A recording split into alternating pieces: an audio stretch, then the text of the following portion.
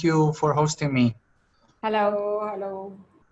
Hello, Dr. Raffaele from John of God Hospital, Italy, talking about therapeutic ketosis and the broad field applications for the ketogenic diet, ketone, Easter applications, and clinical updates. So welcome.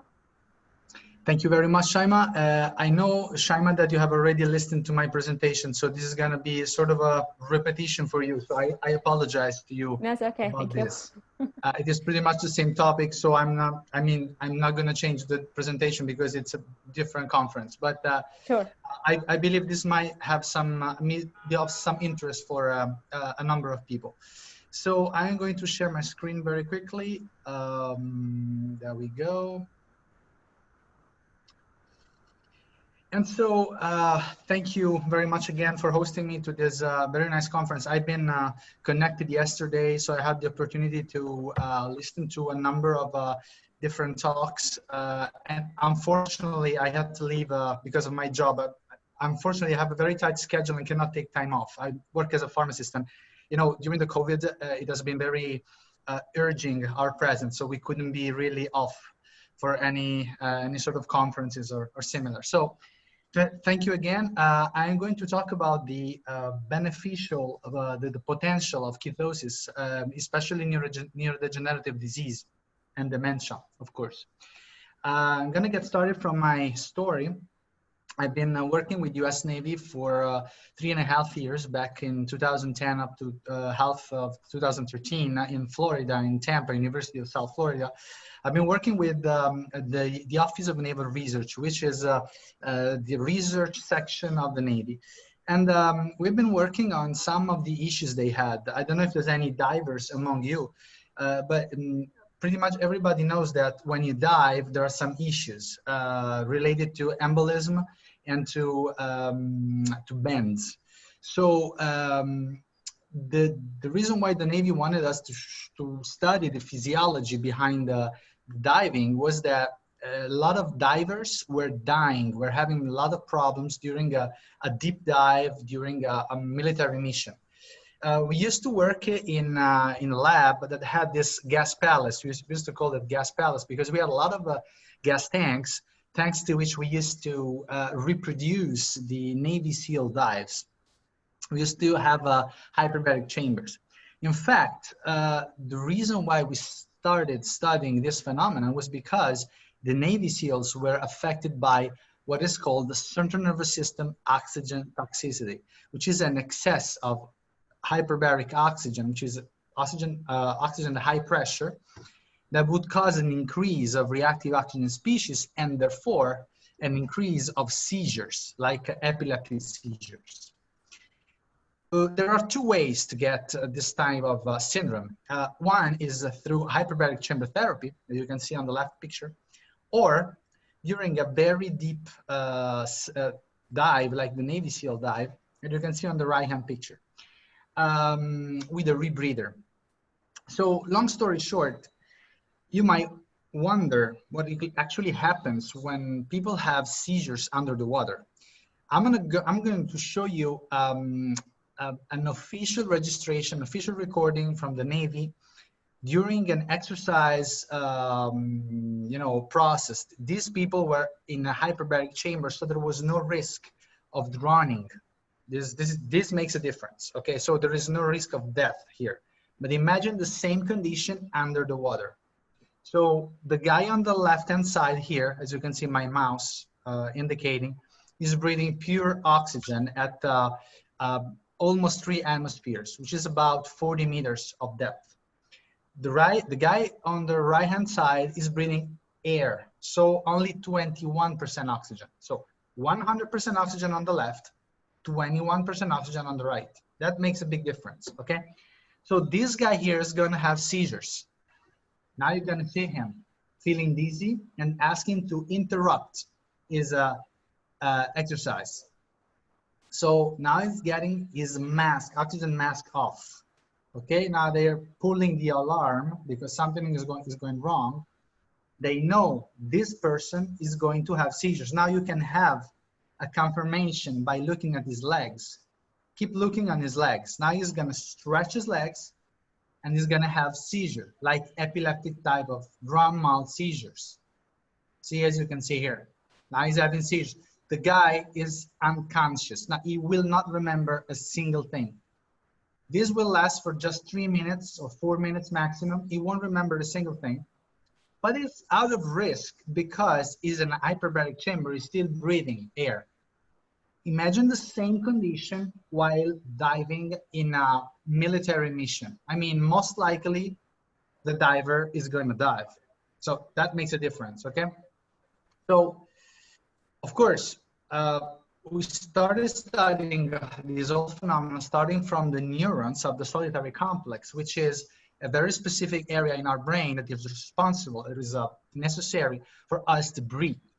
We started on the neurons and saw that there were hyper spikes and high excitation spikes when this kind of neurons were hit by hyperbaric oxygen. Then we continued doing these studies on full animal research. So what kind of animals could we use? Of course, we could not, work straight on humans, on divers. So we used what is usually adopted as a very, very similar physiology, which is the Sprague-Dawley rat.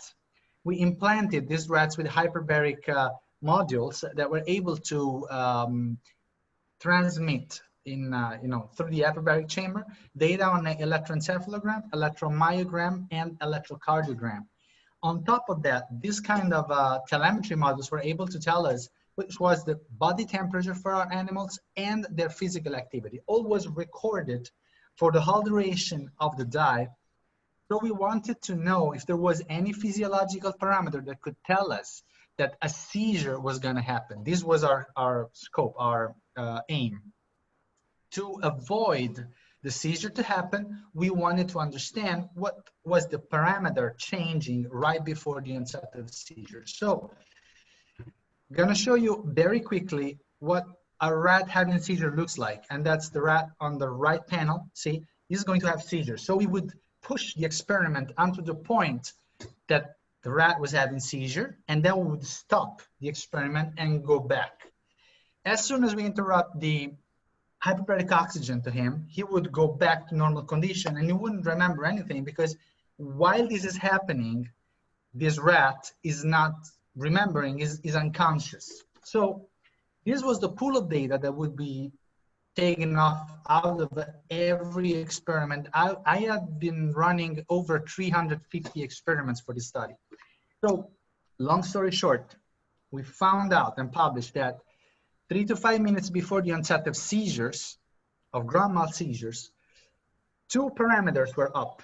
Number 1, the tidal volume, which is the volume a rat is able to breathe, and the respiratory frequency, which is the number of times per minute that a rat would breathe. So these 2 parameters were spiked up.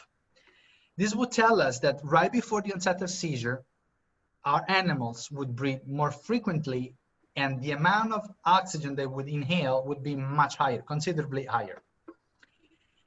So not only we wanted to understand which was the physiological parameter to change right before the seizures, we also wanted to know how to avoid the seizures to happen.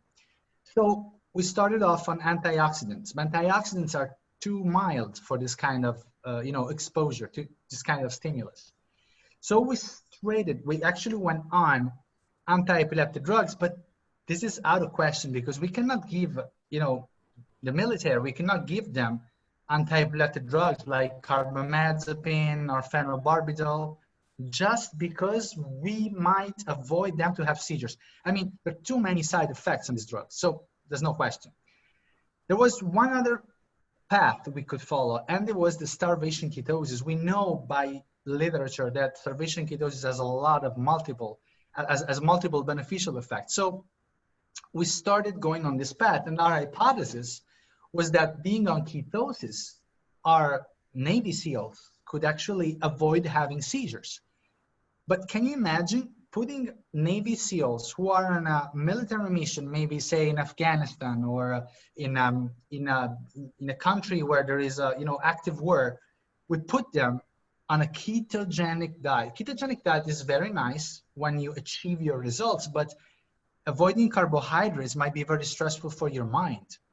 So we actually went around this problem and synthesized in our lab what is called the ketone esters, which is a precursor, a non-ionic precursor of ketone bodies that are able to put our body and the rat's body onto ketosis without following ketogenic diet. So instead of a following ketogenic diet, taking off carbohydrates and all these kind of things, and I'm going to show you in a second, we just gave them a very little amount of ketone ester, and they were put on the same level of ketosis for about 6 hours. So let's do a little step back. What is difficult to achieve during ketosis? The difficult part is that we have to take off carbohydrates. So all comfort food, such as bread, cookies, sweets, desserts, even fruit, we have to take all of this out of our diet. But we can keep meat, fish, any sort of meat, and then we need to increase the amount of fat that we put in our diet, because the ketogenic diet, let's not forget about it, it is a 75% about fat type of diet, 5% carbohydrate, and about 22% of proteins. So we keep meat, we keep fish, olive oil, butter, a lot of butter, like 200 grams per day if we want. Eggs, we can have bacon, any sort of high-fat food is good. There are a lot of benefits out of this diet, and you can check this on literature. It's plenty now. What is the optimal level of ketosis? For your information, if you don't know about it, we start being on ketosis pretty much every morning after we spend the night dreaming or just sleeping and not have any food for about 8 hours. Most of us are on a 0.5 millimolar of ketosis, which is the very beginning of ketosis. As we have our breakfast, we usually knock it down. So we start being on ketosis at 0.5 millimolar, but the optimal level lays in between 2 and 5 millimolars. Of course, if we go over the level of 8 millimolar, it starts being a little bit worrying, because we start hitting ketoacidosis, which we do not want to hit. But if our body works pretty much fine, there's no problem in kidney levels, we can actually go, no problem. We do not risk to go into ketoacidosis. So what are the benefits of keto-adaptation? Well, there's a lot of beneficial effects on central fatigue, which decreases. We have an enhanced brain metabolism. We have a decrease in reactive oxygen species production. We have an increase in biogenesis of mitochondria. But we also have a less lactate, and there's a lot of benefits in terms of sport. It is not something new, though. I mean, the first article is dated, is actually since 1922, speaking of what are the beneficial effects of the ketogenic diet on epileptic children from Johns Hopkins of Baltimore in the hospital, very famous hospital. They used to put these children on a ketogenic diet where the epilepsy was refractory, which was drug resistant, basically. But it is actually even older. If you go back to Hippocrates, 400 before Christ, they used to define the possessed people as sick people. So they used to put them in isolation for a few days, no food, just water. And magically, they would come out of this isolation healed. There was no more possession. Well, this was because ketosis was able to knock down the seizures that these people would have. But back in the time, back in 400 before Christ, there was no diagnosis of epilepsy. If you want to have an idea what ketosis might do to metabolism in general, you can go check this review from George Cahill, which dates 2006. is an older review, but pretty much summarized very well what happens to our body when we're in ketosis. So back to our study, we would gavage, we would give intragastrically our rats these ketones to avoid them to have seizures, and the result we got and we published back in 2013, was that these rats would resist 600% their resistance against a seizure was higher, about 600%, 6 times higher. And on top of that, there was no glucose reduction or whatsoever. They could actually eat whatever they wanted, ad libitum, regular diet, no ketogenic diet. They just put this ketone supplement into their stomach 30 minutes before the dive. On top of that, we identified the acetate, beta-hydroxybutyrate and acetone to be responsible for the increase of ketones, but among them, acetone was the most effective one. Then I got back to Italy and I started working with Dr. Pigiano and Dr. Coppola at the University of Salerno. We applied the same method to two different protocols that I used for the study of epilepsy. And we found out that even in these models, the resistance against epilepsy was considerably higher. We published 2 papers out of it. I encourage you to go check them online if you're interested into the topic. And so here I want to quickly summarize the beneficial effect of ketosis, which might be of interest considering the conference on dementia. First, the ketogenic diet has been used for weight loss for several decades. In fact, it has been administered to a number of obese subjects with success. You might have heard of the Atkins diet. Atkins diet is pretty much a ketogenic diet adapted to a specific metabolism. So according to the person, you could actually adapt an Atkins diet to someone to allow him to lose weight. We also have Alzheimer's disease, which ketogenic diet has been applied for a number of years now. It has not been, spread loud to everybody just because I believe the financial benefits are not that many, but it has a lot of beneficial effect on Alzheimer's disease and on the progression of the pathology, especially on the beta amyloid plaques. Also in Parkinson's disease, there are a few studies. Myself, I've been studying on a number of patients, and I am right now studying these effects on a pool of stage 1 patients on Parkinson's disease, and it has also beneficial effects on that, on a neuroprotection. We also have a lot of benefits of Luca R disease, which is amyotrophic lateral sclerosis, ALS, but also traumatic brain injury for NHL players in America. A lot of people having traumas, brain traumas. Ketogenic diet is beneficial for them. We also have glioblastoma good effects. Glioblastoma, as you probably know, is one of the most aggressive cancers for brain. The ketogenic diet has a lot of potential and practical effects because it basically starves the cancer, it deprives cancer of glucose, which is the main resource. So it only gives ketogenic diets, which is ketone bodies that the cancer cannot utilize. So the glioblastoma has been seen shrinking during a ketogenic diet. But I'm not going to talk about this today because this is not the right place. This is a dementia-related conference, not a cancer-related conference. But just so you know, there's a lot of tons of literature on ketogenic diet and cancer. And finally, epilepsy. Why do I say finally? Because everything started from epilepsy. Also, GLUT1 deficiency is a very important pathology because of epilepsy and GLUT1 deficiency, the ketogenic diet has reached the level of first-line therapy, whereas the drug do not work anymore.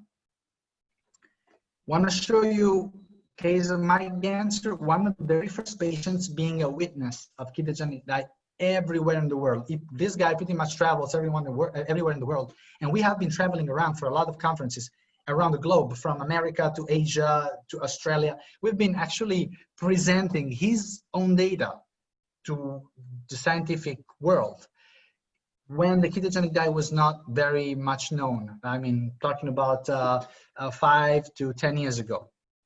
So, long story short, Mike Dancer was diagnosed epilepsy at 34 years old.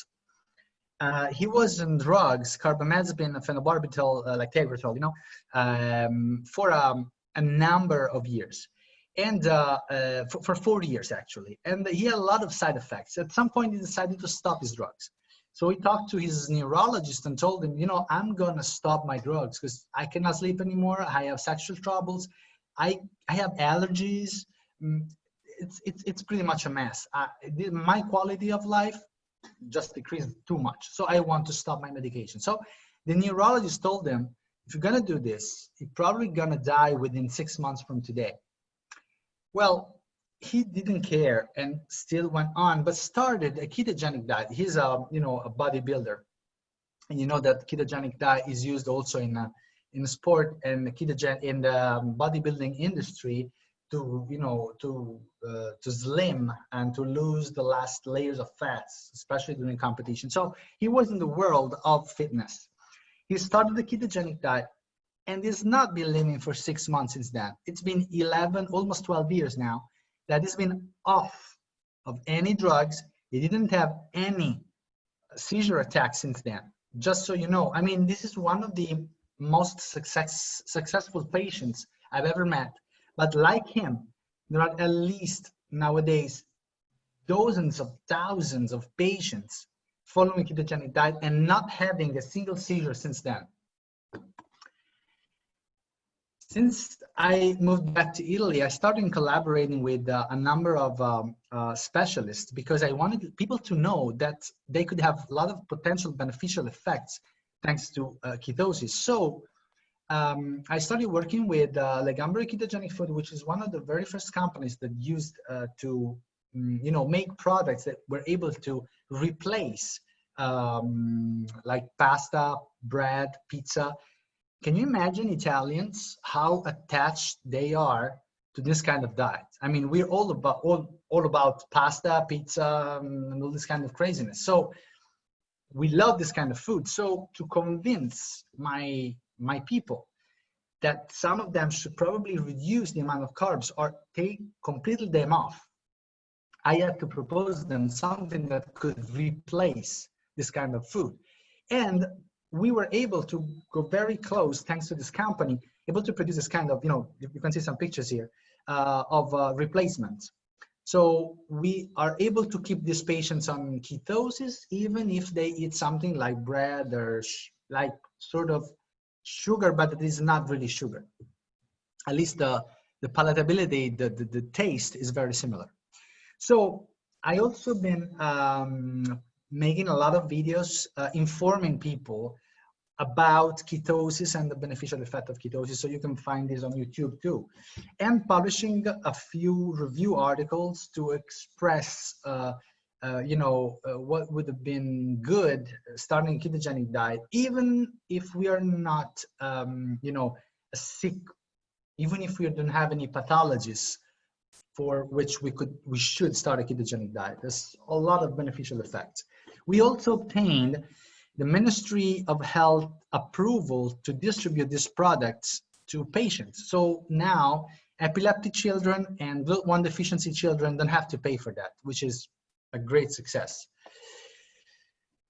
I now want to show you very quickly a few cancer cases, and not only cancer, but a few cancer cases that have been successfully treated their cancer to the ketogenic diet. I just selected the very, the most exemplificative cases because, it is impossible to show many, all of them, just a few of them. I'm going to show you Marco, 63 years old. He was diagnosed with prostate cancer with red metastasis. He was put on 3-to-1 ketogenic diet, which is a mild ketogenic diet.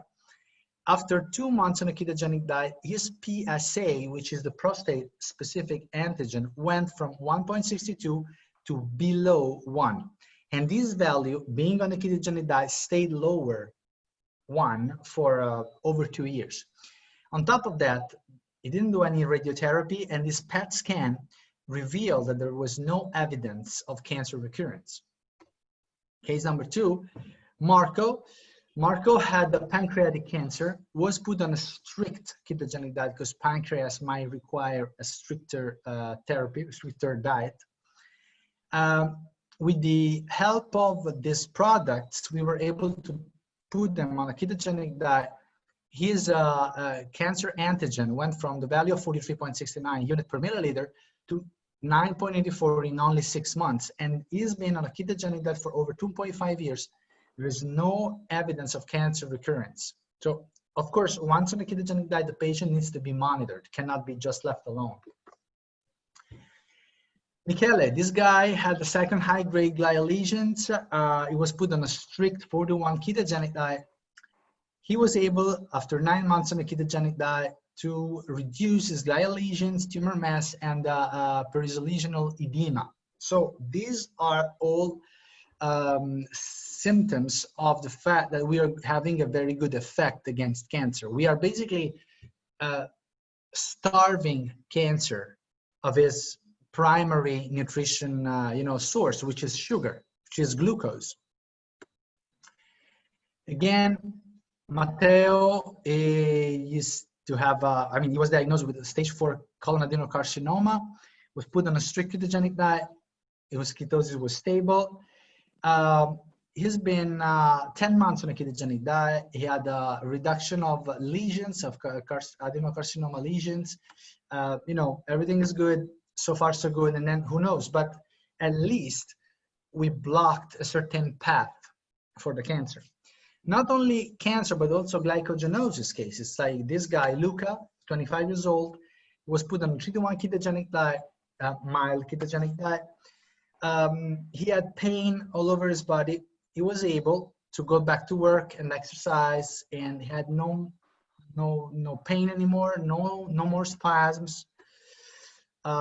And again, cancer case, but this kind is glioblastoma. In this case, the person, Giancarlo, was put on a strict ketogenic diet 4-to-1. After 8 months on a ketogenic diet, his computerized axial tomography said that there was no evidence of cancer recurrence. And there's a lot of cases in literature. Just so you know, we're very keen into what the benefits of ketogenic diet might be here in Italy. So Dr. Tagliabue, Professor Tagliabue, organizes every year a course for nutritional therapists and for registered dietitians that allows them, that teaches them how to administer a ketogenic diet for several pathologies. So according to what we have in front of us, to the pathology we have in front of us, registered dietitians should be able to administer a certain type of ketogenic diet. And these courses are very effective. Now we're at the very last part of my presentation, and I'm going to focus on Parkinson's disease. Why Parkinson's disease? Because Parkinson's disease has never been really attention as it should have.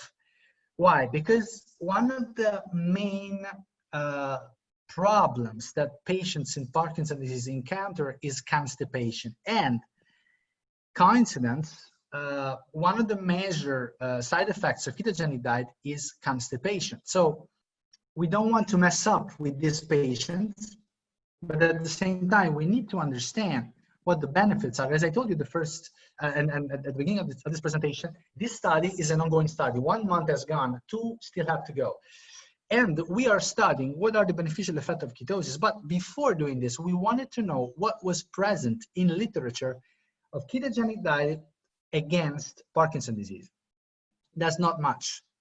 So just a few studies basically saying the same thing, that ketogenic diet and beta-hydroxybutyrate, which is one of the 3 main ketone bodies, was able to induce a reduction of MPTP, which is a neurotoxin very much present in Parkinson's disease. Also, caloric restriction has a very good effect. So we found a number of papers pretty much saying the same thing, different years, not even recent papers.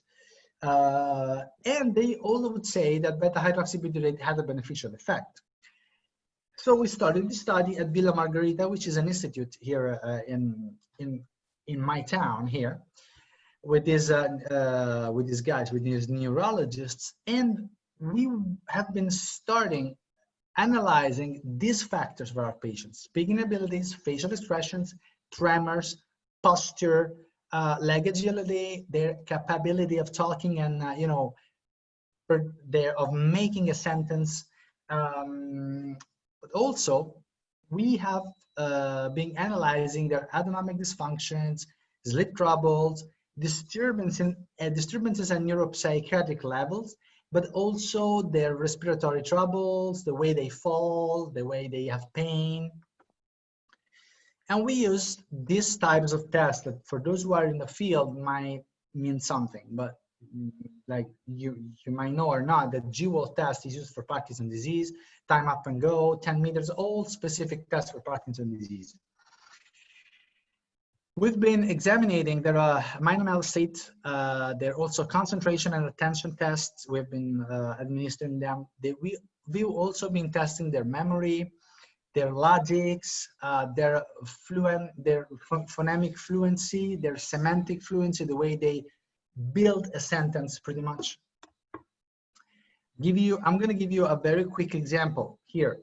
The way they have to remember some specific paths. You can see here. So the physician is giving them a path to follow, or a pattern, as you can see here. And they will have to remember or to put a specific shape at its place. And so the patient has to remember which one is to go. So the patient indicates what he or she thinks is the right one.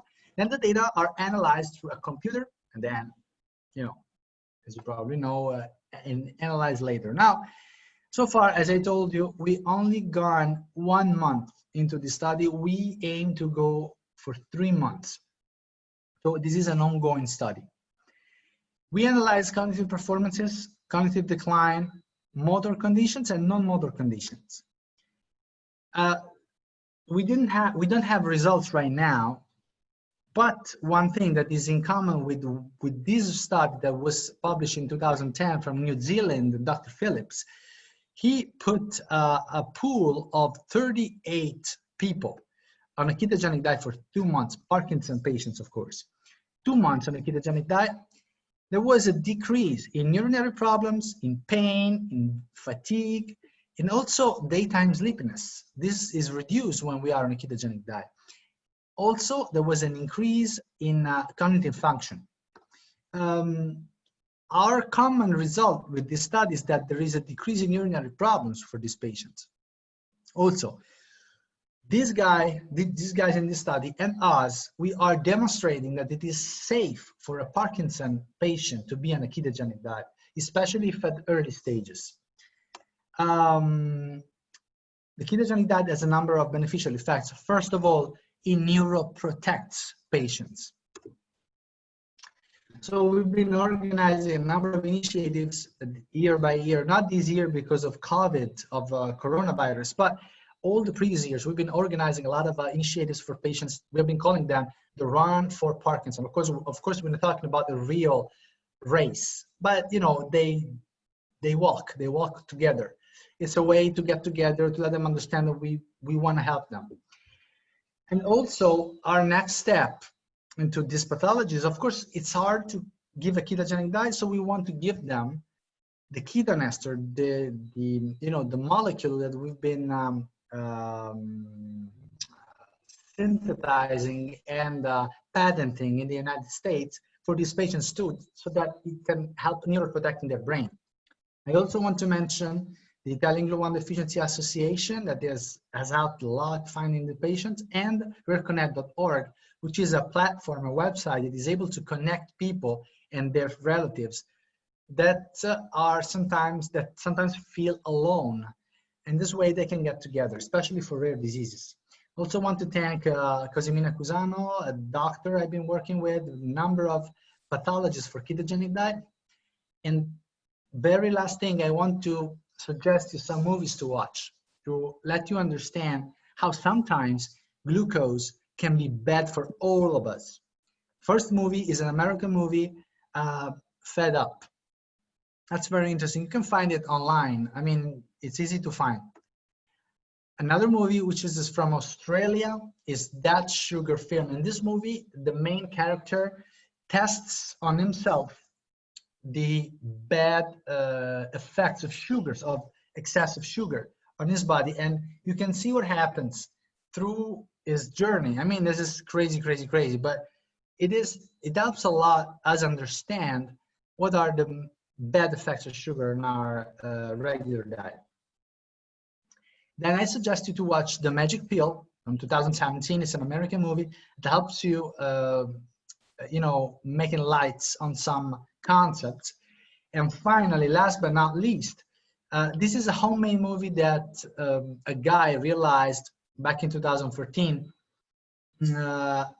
Basically, he was that big, as you can see in this picture, but thanks to butter and a number of you know, food items that were high fat intake, was able to lose that amount of weight and improving his health parameters.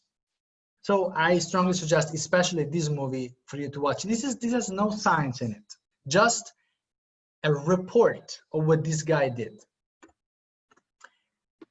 And finally, I want to thank my partners all over the world, the Group 1 Deficiency organization, and the University of South Florida team.